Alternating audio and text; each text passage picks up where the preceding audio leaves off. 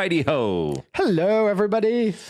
We were having deep, fun conversations. We are talking Christmas, really. Yeah, just family life and Christmas stuff, and yeah. This doesn't feel like the normal fluff at the start. This was actually a deeper thing. Like, how do you? We actually had meaningful conversation. Rather than nonsensical conversation. Yeah, and the question we were kind of like processing was. Welcome to the Red Couch Theology podcast, by the way. The question we were processing was how do you build Christmas memories, I guess? Like, how do you build experiences for your family that they'll look back on and cherish? Because I just took my family out for dinner last night, and it felt like a bit of a disaster. The light show that we went to was delightful. We wandered, we drank hot cocoa, we drank apple cider, we just enjoyed just being out, feeling the start of Christmas. We listened to Christmas music on the way there. It was delightful. So good. But then we went out for food and it was too late. A bunch of kids were tired. They're kind of like, they didn't love the food. It felt overpriced. We're trying to enjoy a glass of wine. Laura's got like a margarita or something. It just feels like, let's just drink these as quick as possible so we can get in the car and go home. Like not the vibe that we were going for. And sometimes that's hard. Like sometimes you just, don't land where you want to land. Yeah. Well, I read this book. Have you read Million Miles in 1,000 Years? No, I feel like I bought it because you told me about it. Oh, it's the Donald Miller book. Miller one. Yeah, I definitely own it. I feel bad because I recommended it to so many people, and then one of the people I recommended it to hated it, and like. Yeah. Anyway, but I love it. Yeah, I love it, and it's without going into greater or super detail because I encourage you to read it. The question it's wrestling with is: do the same things that make an incredibly good story? Do they make it a good life? And then it's Donald Miller telling a story about how he tested that thesis in his own life. Wow. Anyway, and he talks about the elements of narrative: setting, protagonist, antagonist, rising action, climax, conclusion, resolution, all these elements of good narrative and, the hero's journey, all the stuff. And then he just like would take one of those things and then try and implement it. And one of them, for example, is setting. He says oftentimes like a screenwriter will take even a real story that they're writing about, and they'll change the setting just because on screen, an incredible setting. Like if you have this meaningful, palpable conversation in your car in a Walmart parking lot in the actual story, if you take that same meaningful conversation and put it on the mountaintop at sunset, so different, there's a different feel to it. And so he's like, try and find places and environments that are just unique because they lock in your memory more. And so after I read this, I started to try and do this at Christmas time for my family. Just what's a magical environment that I can just place my family into and hope that environment assists with the creation of memory and the locking in of our human stories as a family. And sure enough, we've done that a few years, and it's like, I love it because then we look back on our year, and some of the memories that our girls talk about are those things. So it's worth it. I love it. Well, we felt like the lights is a memory that it's like a consistent thing that we do every year that they love, and they, but I think those new things are like things we're always looking for. But yeah, it was a fascinating thing. But fun experiment. But today we don't get to talk about that anymore. Well, we did get to talk about it. Today we get the awkwardness of switching roles because I did not preach this Sunday. Weird. So bizarrely, because you're the only one that brings any technological ability, you still have to do all the functional things that you had to do. I get to ask the questions. That's instead fine. of I feel that way when I preach too, because like I still came in, turned on the sound system, turned on the lights, unlocked the doors, did a couple of those things, and then I was like, wait, I'm preaching today. It's like this weird. This is weird, yeah. Well, next time I can come in and open the doors for you. Perfect. Everything else, I don't know if I'd be much help. Yeah. It took me however many minutes to figure out that the switch was off the other day for the power, and anyway, not my forte. So what did you talk about? Romans 12. Huh. It was pretty neat. Romans 12, the good part, or Romans 12, the hard part? The good part or the hard part? What's the good part and the hard part? Well, I guess good's probably the wrong term, but the part that most people know, actually. Oh, yeah. No, I did not preach the part that you most did not people know. Romans, the beginning of Romans 12 is a pretty glorious and memorable text. Therefore, I urge you, brothers and sisters, in view of God's mercy, to offer your bodies as a living sacrifice, holy and pleasing to God. This is your true and proper worship. Yeah. So that's not what I preached about. No. Instead, so little backstory for those who didn't know this on Sunday, I'd actually preached this message before in class. This was a seminary assignment. For those that say seminary is no practical use, yeah, there was some value to this. So when Alex was looking to take a break because he preached for like 1,000 years without any help, he asked me, well, you're in this preaching class right now. Why don't you just see if one of those sermons would work? And then we discussed the timing of it. And I'd actually thought a lot about South when I prepared the message for class, because of what I said in the sermon, which is like this pastoral concern about this coming year and the election year and theological decisions that are coming up. These sort of potentially heavy things that could be facing our community this coming year. And so anyway, but I preached the message in class, and then it seemed to align well with the timing of this one-off. And so I had to change the intro and almost all the illustrations and the outro and everything. Because you'd used them before? No, because, I mean, you know this, like when you preach, you not only are you exegeting a text, you're exegeting an audience. Absolutely. And so when I preach this to seminary students, telling them that I have a pastoral concern for their year, they're like, who do you think you are? Like that wouldn't quite work. And then my introduction from seminary students is like, you're going to be going into ministry, and there's going to be people in your ministry that God calls you to minister to or that are difficult. I do not find that. Everyone's easy. Everyone's easy, except for me. But so I told that to them, like, and here's steps you can take to learn how to love them sincerely. Well, I'm not going to preach that same intro to South where I'm like, hey, some of you are difficult to me. It wouldn't quite land the same. There's honesty and then the stupidity. There's like, I mean, now you've heard it. It's on the podcast. You guys can pull this quote out. Aaron hates Send it to everyone. But instead, I had to shift the whole intro, and then several of the illustrations just wouldn't have connected with this audience as much. So anyway, but that's the backstory. So what did you say? And what passage then did you preach on exactly? Oh, so part of the reason I started with that little backstory is I have like this maybe sadistic joy of being assigned a complicated text or a text that I wouldn't naturally gravitate towards. Yes. Because usually when I'm forced to study a passage that I don't naturally gravitate towards, that's usually where the good stuff is. So that's how this was. When I first read this passage, it's starting in verse 9 through verse 16. I first read this passage and I was like, there's nothing. It's a tough one. Yeah, it's not one that you... But there's also so many little pointers that you're like, well, how do I provide a cohesive message on all this broad stuff here? Yeah, like I could do like, let love be sincere, and then just preach that and like expand and find other passage this talk about this. I could do hate what is evil and cling to what is good. But then I did a basic study in the Greek, and I started to realize this feels like strange Greek to me, and I'm not a Greek scholar at all. But it felt like the phrases are funny. So I hopped over to a commentary, and I found out this is like a bullet point list. Oh, goody. I'm like even less excited than I was before. Like a bullet point, like how do you breathe life into a bulleted list? It's a challenge, right? So that challenge is actually the part that gets me a little bit excited. So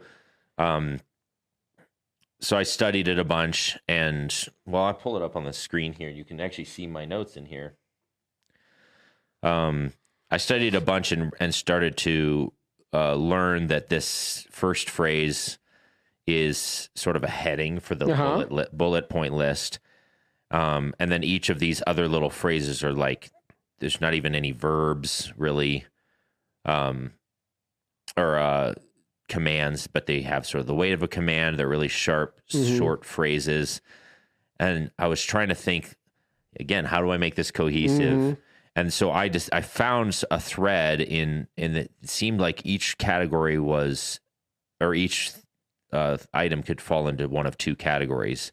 One is about your own personal character and character development, which felt strange under a list of sincere love. Yeah. Like, how do you love other people really well? Really work hard on yourself. That felt like a counterintuitive. So I felt like that had some teaching weight behind it. Yeah. And then the second one was a little bit more natural, which is like, you have to be self-sacrificial. So you see the things I've highlighted in blue. For people that can't see in blue, sorry, like, that are listening. I'll read them out to you. Yeah, that might be wise. So here's the bullet. Aaron's also wearing a blue shirt, just in case you're missing that information.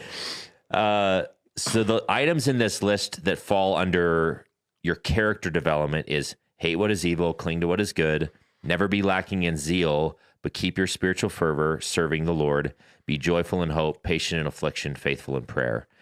Each of those are like personal character development or spiritual growth and your personal relationship with God. And then in orange, if you're watching online, is the second category, which is selflessness or self-giving. Be devoted to one another in love, honor one another above yourselves, share with the Lord's people in need, practice hospitality, bless those who persecute you, rejoice with those who rejoice, mourn with those who mourn, live in harmony with one another, do not be proud, but willing to associate with people of low position, and do not be conceited. And this one actually could fall under either category, but yeah. So those, I've sort of broke it into the two sections, and then that's the main idea that I landed on is like the way that you grow in sincere love for even the most difficult people is by working on your personal character and then cultivating a habit of self-sacrifice. Yeah, like and so there's like this big transformation piece to that. I think one of the quotes that we've used a bit over the last few months is the best gift you can give to yourself is give to the world around you is the person you're becoming. Or something similar, like it's kind of like a Dallas Willard type idea, I guess. Yeah, which I used in the message itself. Yeah. So, but that's great by itself to pick apart a text. But what makes this text come alive, and this is true for most texts, honestly, is the context of the book of Romans. Yeah. So once you realize that, who is he writing this to? He's writing to this very diverse church that's made up of Jewish converts to Christianity and Gentile converts to Christianity. And then if you look at the content of the whole book of Romans, there's clearly some tension going on between these two parties, because there's like 2 or 3 chapters dedicated to ensuring that the Gentiles know that they're lost and need a savior. Several chapters given to making sure the Jews know that they're lost and they also need a savior. And then the gospel. And then he goes back to it and starts to wrestle with what's the advantage of being Jew and Gentile and all this stuff. So there's this clear two-party world that he's writing this text into. And then you read this passage and you're like, oh, I know why they need sincere love. Yeah, totally. Because they're struggling with this. They're sort of tolerating each other in the church. And then you look into the chapters that follow this text, and you look at some of the things that he's asking them to do right after this. Don't repay evil for evil. Yeah. It's something very much the text you preached the previous week. Like love your enemies. Paul knows about this idea. Yeah. And then he says, submit to your governing authorities, which is obnoxious in his day and age, because it's the Roman government who is murdering Christians. Unless you're Romans, which is some of these people. Yes. So it's like this weird tension. And then he starts, he tells them to pay your taxes and all this stuff. And then he talks about... Sorry, just pause. Tax season is coming up. If you're listening to this... You should pay your taxes. Pay your taxes. Pay your taxes. Even if it's to a government that you're not a big fan of. That's a different sermon. One of the students in our class had to preach that text. Oh, man. And she killed it. Yeah. Like, I was like, you need to come preach this at our church. Like, because she did a really good job. Yeah, but it's a very hard text. Yeah. And then he's like, don't commit adultery, all this stuff, going back to the Sermon on the Mount stuff. The day is near. Then he's like, you have all these rights. You should give them, set your rights aside for the sake of love and all this stuff. So he's going to be asking him to do a lot of really difficult things. And he's like, I think I need to prep them with this teaching on sincere love. So rights is a fact. Like, I think we're so ingrained today with the idea of rights in terms of the civic life. Like, these are our rights. I remember just bizarrely going back to my dad after doing a civics class and telling him like I knew all about my rights, like in terms of the household, like, you know, and my dad just looked at me and said, did they tell you about your responsibilities as well? And you know, when you end up in a debate and know instantly you're outmatched. It's like a wrestler feels the first weight of the guy who's wrestling with. He's like, oh no, this is going to end badly. Yeah. But the idea of like knowing rights and laying them down is fascinating as a concept. And so Paul brings all of this. Like, I'm always intrigued by, because one of the anecdotal things with this as well is like Paul's never met any of these people. Yeah. So like he's saying all of this stuff to people he's not met, and some of it is weighty, heavy stuff. Absolutely. Yeah, he's trying to paint a picture of what a Christ community is supposed to look like, and meanwhile they're struggling with each other, and he's like, no, we as followers of Jesus, as Christians, we're going to pursue sincere love. That's the way that we proceed. And so he spends a huge chunk of his letter trying to level the playing field between Jew and Gentile theologically. Yeah. And then in 12 is when he pivots and says, okay, you've got the theological weight behind why we should love each other as equals. Now let me start talking to you about what this implies. And he starts saying these really difficult things to them, like love with brotherly love, the Jew or the Gentile next to you, and give your stuff to them, and bless them when they hate your face. That's my translation. By the way. It's a great translation. It's very faithful. Like I hope people grasp like that why piece though. Like, what is the big why? Like broadly, like when we ask the question, like, why does he want them to do this? Other than just unity, as they're not getting on, he wants them to find a place to get on. Like, but why? Like, what's the big thing that he thinks the church is supposed to do that they get to demonstrate in amongst this? Well, yeah, I mean,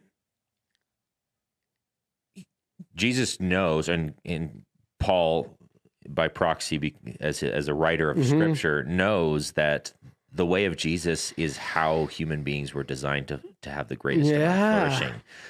And just like everything in life, anything that's incredibly good goes through incredibly difficult paths. And so that's also true with us. Like, just because it's counterintuitive to love your enemies doesn't mean it's not a better way of being human. And same thing here. He sees a picture of a church that's able to become this counterculture, that's able to break down barriers that culture can't break down. Yeah. And then find a thriving and a unity that's supernatural. It's otherworldly in the sense that we aren't used to experiencing it, but it's actually the way of life. I don't know if that's answering your question. No, it definitely does. But so like, to me, it's just intriguing. Like, we get to read all of this history and see how the church grew and moved. Like, and I'm talking about something that in AD 33 is 100 people. Yeah. And then the next day it's 3,000 people. And then it's like talking about, instead of saying adding, it's now saying multiplying. Yeah. And then instead of saying Jerusalem, it's now Judea. And it's now like, and I think like one of the stats is that the church goes from in like 100 AD, it's like 20,000 people. And by, 100 years later, it's in the millions. Like it just like the growth is nuts. Yeah. And any of us that have been involved in something that's growing, like, how hard it is not to lose the thing that made it the thing. Yeah. So it's like when you hear people who've planted churches say, oh man, like, wish we could go back to how it was at the beginning. Yeah. Like there was when we started off and there were just like 20 of us and we were doing meals, every night. Like it was so good then. Yeah. Yeah. But usually the thing that derails is the obsession with the details of how it starts. Yes. And then you're trying to fight for those details. Meanwhile, there's a deeper strand behind those details that actually is the real life. Yeah. That then is transferable and scalable and all of these different things. So Paul, like, it seems like he knows what Jesus taught. Like this revolutionary, and that's why I was so excited that you were going to preach this passage, because it really just rolls on from love your enemies. Yeah. It's more detailed. It's got some aspects to it, and it beautifully deals with love your enemies, even when the people that should be friends and are actually posturing love as your enemies in your own family. Yeah. Love the person that drove to church with you in the car when they're your enemies. Like love them when me and Laura have this rolling joke about like how much he helps when I'm driving. like with turn signals and stuff, and like so I've just started saying like so fun to have a little helper in the car, like just pointing out these little details and stuff like that. But like this is why I just don't drive anymore. My wife drives. I'm not joking. I couldn't handle that. She likes to drive. I hate to drive, so it's a win-win situation. I were the other way around. I love to drive. I could not drive. I could not drive. But like, so we're not really arguing, but you hear stories about how people blow up in the car at each other, then have to walk into church together and pretend everything's all right. Paul knows this revolutionary teaching, and then he's also been right in the mix of seeing and hearing about the church in Jerusalem, and already there's language in Acts about how, like, all the people were in awe of this community. Mm-hmm. There's people trying to join, people trying to get involved. And it's truly life-changing for people and for communities. And then you hear these stories all through Acts. You hear people say things like, like they were called Christians first because they loved each other. Like they were little Christs is some of the language. Yeah. And so it feels like in this, he's desperately fighting for culture while not necessarily caring much about the details of practice, the way that you do church. He doesn't really say much about that. Not at all. Yeah. Like he doesn't give any advice on how to structure a church service. Doesn't give any advice on like what a church building should look like, whether you should meet in homes or whether you should meet in civic buildings. Because those are the mechanisms to get to this. Yeah. Which is like, what I really need you to do is you're going to fight for sincere love, not just love, but a sincere love that like comes from the depth of who you are. And they're like, well, that's a really big ask. Yes. Yeah. And this is not an option. Yeah. If we're going to be what Jesus has in mind for his church, this isn't an option. Yes. And then, the churches, the building in church, there's some other texts you might get some hints at some of these things, but very little. Frankly, those things are much more inconsequential, but this is mission critical. Yes. A sincere love within the church, even when there are people that are difficult to love, we can't just like avoid that. Yeah. So I want to point out an obvious difference in our day and Paul's day, that one that I think causes tension and why I think messages like this are so crucial. So even go back a little bit before Paul, go back to like Jesus teaching in different synagogues around his hometown. Like what you kind of realize as you look into culture is like, nobody's saying like, do you know what? Kind of just mad at the people at the synagogue in Nazareth. I think I'm just going to go to the one in Capernaum. Like I'm just going to jump over there for a while. Like the guy doing the teaching seems friendlier, seems nicer. Like the people there aren't like their potlucks are better. That's not a culture. And as you get into the church early on in Acts, you feel like that's not a culture either. There's not this ability to say like, yeah, I'm just going to head over here. And that's not even to critique. Like, I mean, we got lots of people at South that have come from different churches for all sorts of different reasons. And I've moved church like as a pastor, and I'm not necessarily criticizing all that. It's just different.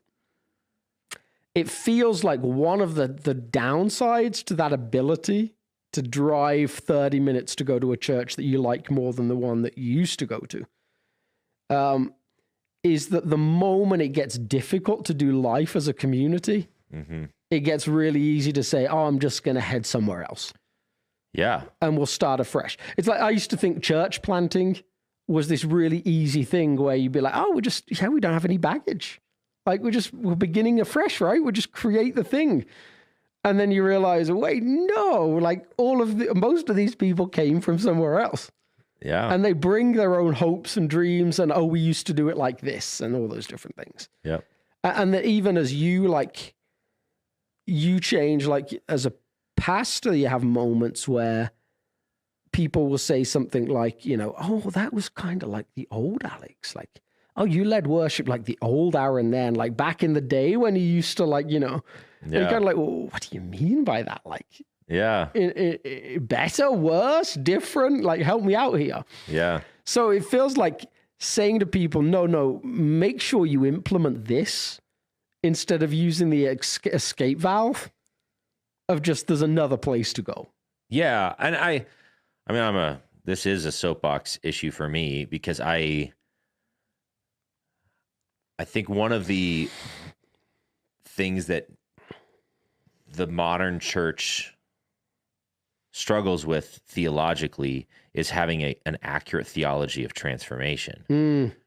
We want to believe that transformation comes by understanding something really well. Yes. Making a mental assent to accurate theological assertions.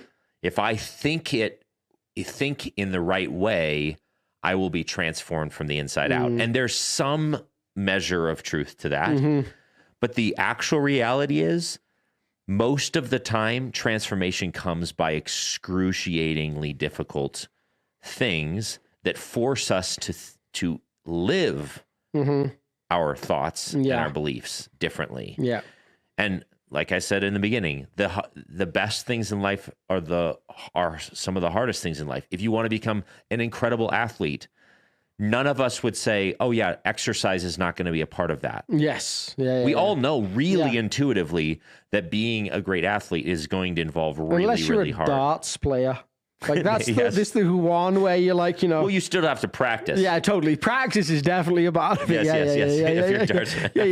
But there's no calisthenics. Like it's fair enough. But you get what I mean. Like building a good relationship, it's going to take work. Being a good parent, it's going to take work. If you want to become like a great physicist, you're going to have to study like crazy.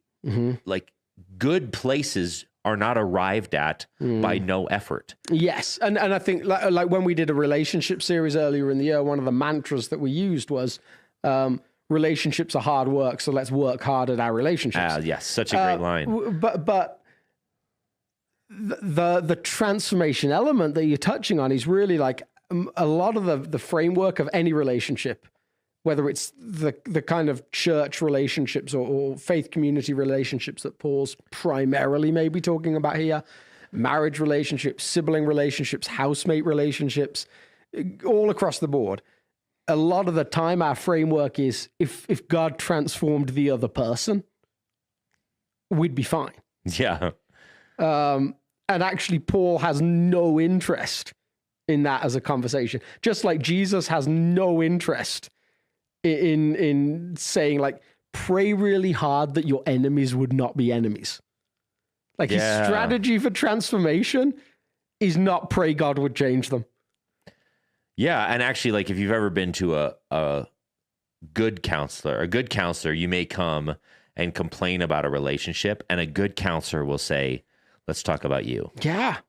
Yeah. Oh, I can hear your complaint about the other party. What's going on in your heart? Like, that's a bad counselor's one. Like, let's just bash them for an hour. Like, give me everything you got. And just keep on. A good counselor pivots that and says, like, there's something in you that could be transformed in such a way that you can handle how evil they are. Yeah. Let's say they are. Let's hypothetically. And the same thing's true here. It's, I think we miss out on so much of what God has for his church because of our modern society gives us so many easy, really, really accessible escape valves. Yes. And so we're like, I'm struggling. Why can't I find the transformation that Jesus talks about in the scriptures? Well, because you keep ditching the process. Yeah. And that's true in so many areas of life. It's true with marriage. Like we talked about that during the marriage subjects that came up. Like some of the tension in marriage is by design. So if there's tension, it's not a sign that it's not working. It might actually be the sign that it is working. Yes. Yeah. Anyway. Yeah. So I think like, and I tried to sketch this out, and I think just it landed even better this week because of how practical this list is. Some of our escape valves for how we think about loving our enemies and our neighbor, and Jesus asks us to do both. Like, that's the beautiful thing. Like, it's like neighbor singular, enemies plural. It's like the guy that lives next door that doesn't mow his lawn, the guy next door that like drives you nuts because he has a dog that barks at 5 o'clock in the morning, all those different things. And it's like big, broad, like all over the place, enemies, multiples. One of the escape valves is like, well, I'll love them in this kind of abstract way. Yeah, so that's that agape versus phileo. Yeah. And then one of the escape valves is, well, I'll pray for them to change. Actually, I actually had someone come up, talk to me after the message on Love Your Enemies and said, I definitely pray for my enemies. I pray that God would like bring them to repentance and that they'd change and that this. And I'm like, I don't think you caught the tenor of the message that actually, like, when God says pray for them, he doesn't mean pray that they get hit by a truck. He doesn't say, like, God, would you accidentally have them go through a big accident? Like, he doesn't say, even would you pray that you would change them? It's like, no, pray for their good in the same way that your Father brings rain on the righteous and the unrighteous. Yeah. Pray blessing on them, essentially. Yeah, like, which this verse 14 gets at. It's the most aggressive in the Greek because it's got the imperative in it. Bless those who persecute you. Bless and do not curse. So he, not only is it the first time that the imperative has shown up in the text, he triples it. Yeah. And he just says, for people, bless, if people don't know what's an imperative. An imperative verb is just a command. Yeah. You will do this. Yes. If you, well, you know, like, you obviously don't have to, in the sense that you could just say, I'm not going to obey the way of Jesus. Yeah. But if you intend to obey God, you're going to be a person that blesses those who persecute you, bless and do not curse. And then in ancient context, one of the ways that you would add exclamation marks is by repetition. Yes. And he says it 3 times in the same sentence. Bless, bless, both imperative, do not curse. Yeah, all are imperatives. Yeah. And so, and we talked about this, I think, a little bit last week.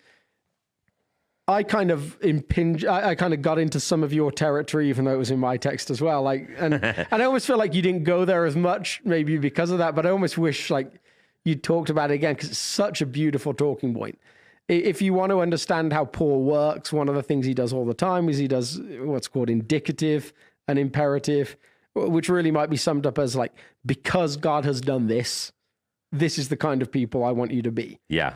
And really all through Romans, it's like, because God loved you who were his enemies, now love your enemies. Yeah. It's like, if you want to know whether this works, it does work. Yeah. Because it worked on you.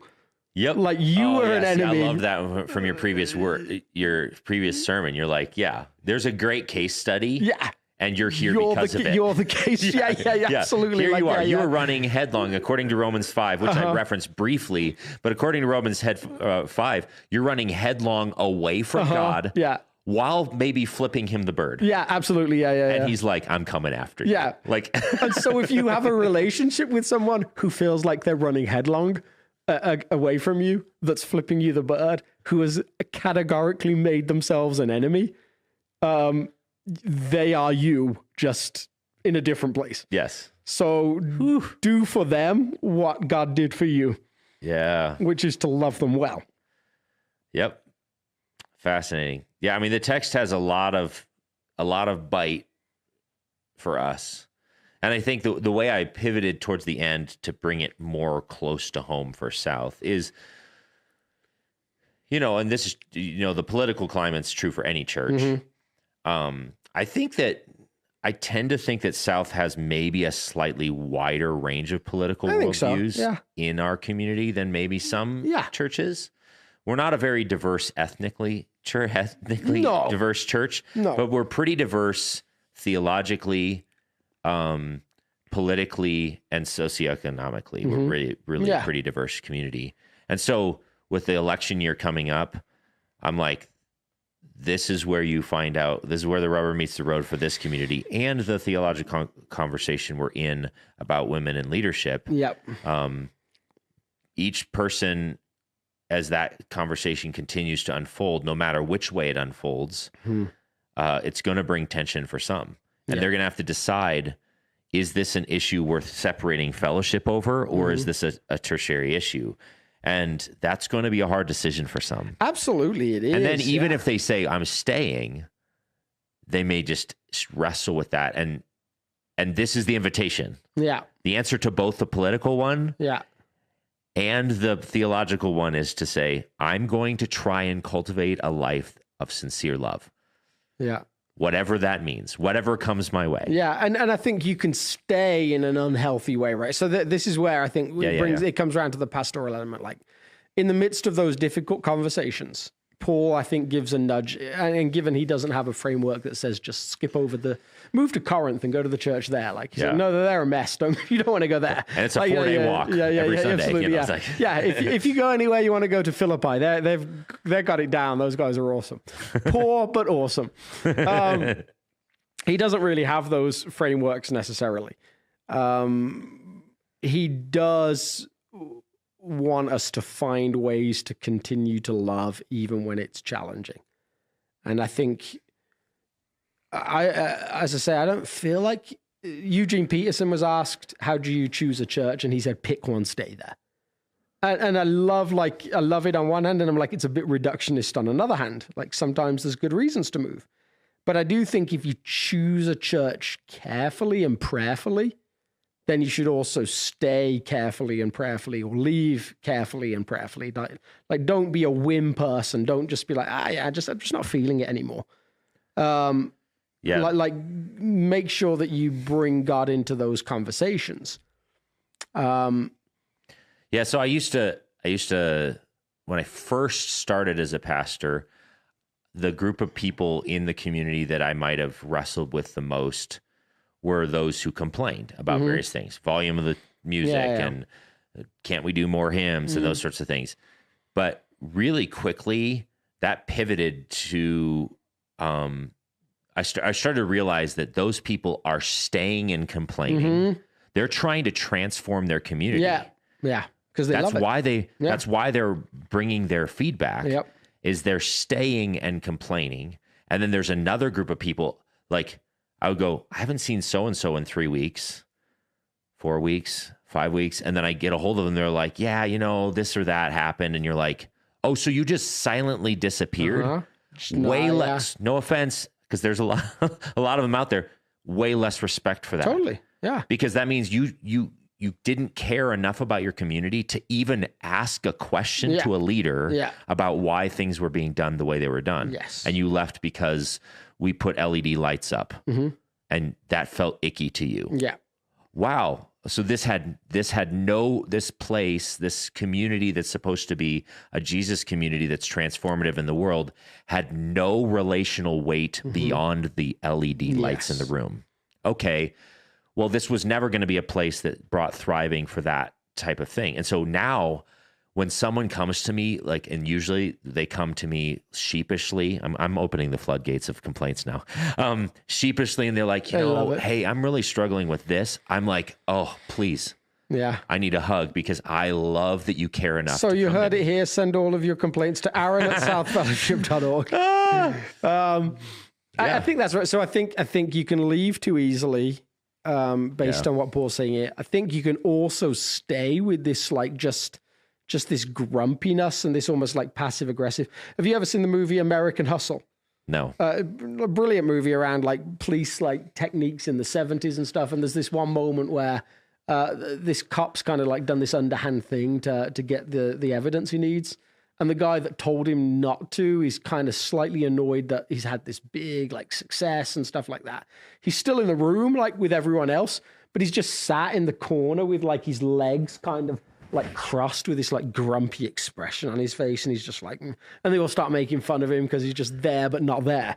Yeah. And I think you can do that in church as well. You can kind of sit with this like, which actually is not what Paul's saying here either. No, not at all. I've actually had people leave really, really well. Yeah. Also, and they come to you and they have that really hard conversation. Yeah. Here's what's going on in our lives. And even if it was reasons that I didn't think were justifications or whatever, they came, they had the hard conversation. That was a dignified, God-honoring, prayerful way of approaching it. Yeah. And that's, I think, that's a way that's loving to say, I care enough about the leadership, about the legacy that's taken place while I was here, all these different things, to have a hard conversation and say, this is what's going on in our world. And then I depart with like my head held high and knowing that I tied up some loose ends relationally. That's a tremendous amount of wisdom, I think. And that like brings back like the term enemies has this just broadness to it that that like one of the hardest things I found pastoring to give people insight into that was like I think that there's sometimes when people get to that place where they're like, I feel like I need to move community, and you could disagree or agree, where they feel like, you know what, the kindest thing to do would just be to kind of leave silently, like to just kind of disappear, like and nobody will notice. And like one of the things I realized as like a pastor really quickly is, one, I always notice, and two, like I've had people that I've been on like 3-hour car rides with that left without saying a word. Like I've had people that I've stayed in the same room as that just left without, like I found out from social media and stuff like that. And I'm like how is that like the community of Jesus that he describes? Yeah. And so then for me, like then the challenge becomes, it's really easy for me to cast those people as an enemy. Yes. That's where this text hits me. Yeah. Personally. And then like the hard part is bring it out of the local church. We're still part of the Church of Jesus together. Absolutely. Because it's not about South at all. And so that's the piece that I had to wrestle with as I'm studying this text and praying through this.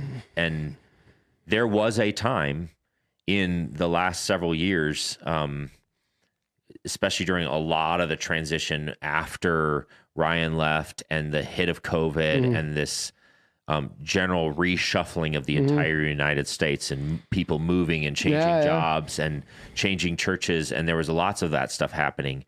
I really struggled with bitterness towards certain people who were like, at the beginning of these challenging seasons, we're like, we're all in. We're going to come out on the other side of this better than ever. And then I was like, 3 weeks in, you're looking around and there's like, where are all those people who were like gung ho? And I struggle with bitterness, and it's taken me a lot of years to start to actually look at some of their situations, be like, that was such a gift. The move that they made was a gift to them, and they're growing in the Lord better than they were here. Yeah. As much as I miss them, and I was sad that they were gone, I'm I'm rejoicing with those who rejoice. Yes. And that's where like praying for their good is such a key thing. Like similar to you, I've had moments where like a particular brand of jacket that someone wore, every time I saw it, but like flipping that person, like just drives me nuts. Like, you know, and actually actively saying like, no, I'm actually going to actively pray that God continues to grow them, bless them, encourage them, strengthen them, all of those different things. Yeah. It was actually just a gift to my own soul, and then hopefully through prayer, a gift to their soul as well. Yeah. But I think that's a surprise. And I think I kind of knew it was coming. A friend of mine he jumped into ministry a couple of years before me. And he said, Alex, you know, the thing that surprised me the most was all the relationships I had, the people that I thought would be like involved and connected all disappeared. Yeah. And like I got to be surprised then by the people that jumped in joyfully and were excited for me and participated with me. Yeah. Which was just interesting. Well, we didn't get any questions this week. Because you did such a good job explaining everything. That's what I'm going to count on. Yeah. So, you know what's funny? The comment I got most about the sermon on Sunday was, man, you did a great job holding it together when the technology fell apart. I'm like, do you remember anything else that happened? Oh, man. You know, but it was fine. Well, I think that piece just taps into people's fears, right? Because it does. Like that. Their emotion on my behalf, they were feeling for me. Well, public speaking is what the number one fear in life in general, more than the fear of death. Yeah. And then the idea of being on stage with like, it's like the dream where you stand up on stage and suddenly you look down and you don't have clothes on or something like that. Yeah. Or like, you know, it's just, yeah. Well, for me, I was standing on stage and I realized I didn't have my Fleming Rutledge quote, which was almost like not having clothes. It was like heartbreaking. It was so heartbroken. And I feel like the only time I quote Fleming Rutledge, probably inappropriately, is at Advent. Yeah. So I was joking with someone today. I was like, Aaron just couldn't wait for Advent. Like he had to get her in there before that. Like, that's right. You know. Well, I got to beat you the punch, man. Yeah. Yeah. Anyway, it was fine because like I said, I preached this in class and we're not allowed to have notes and we're not allowed to have PowerPoint. So I was fine, but I was really emotionally struggling because I added in the Fleming Rutledge quote. Man, and I was like, I don't want to let go of this. Yeah. And so all that stuttering that I did up there was like me wishing and hoping it would come back on just in time. Yeah. But, oh well. Yeah. If only you'd had it on your iPad to read for us or something. Well, yeah, if only. I did. That's the quote I read at the close for the benediction. Yeah. Okay, yeah. So I just didn't want to sit there and flutter. I was already out there talking to people at that point, you know. Oh, wow. So, getting my fix of conversation and yeah. Well, yeah. Since there was no questions, man. I think that's everything. Yeah. On to Advent. We get to begin in the dark and move towards the season of light. Yeah. And we're going to talk a lot about anticipation of the second coming of Christ, right? That is out of my control because I'm only preaching one out of three. Oh, okay, that's three right. of the main Advent weeks. So, all right. Well, then we won't. So I will. We won't make any promises. Who knows what Dan and Jessica will do? That's just like a mystery. We'll just. Well, guys, thanks for hanging with us. This means I have to do our weekly me trying to find the stop button. Mm-hmm. See you all soon. Later. Bye. View broadcast details. Did it stop?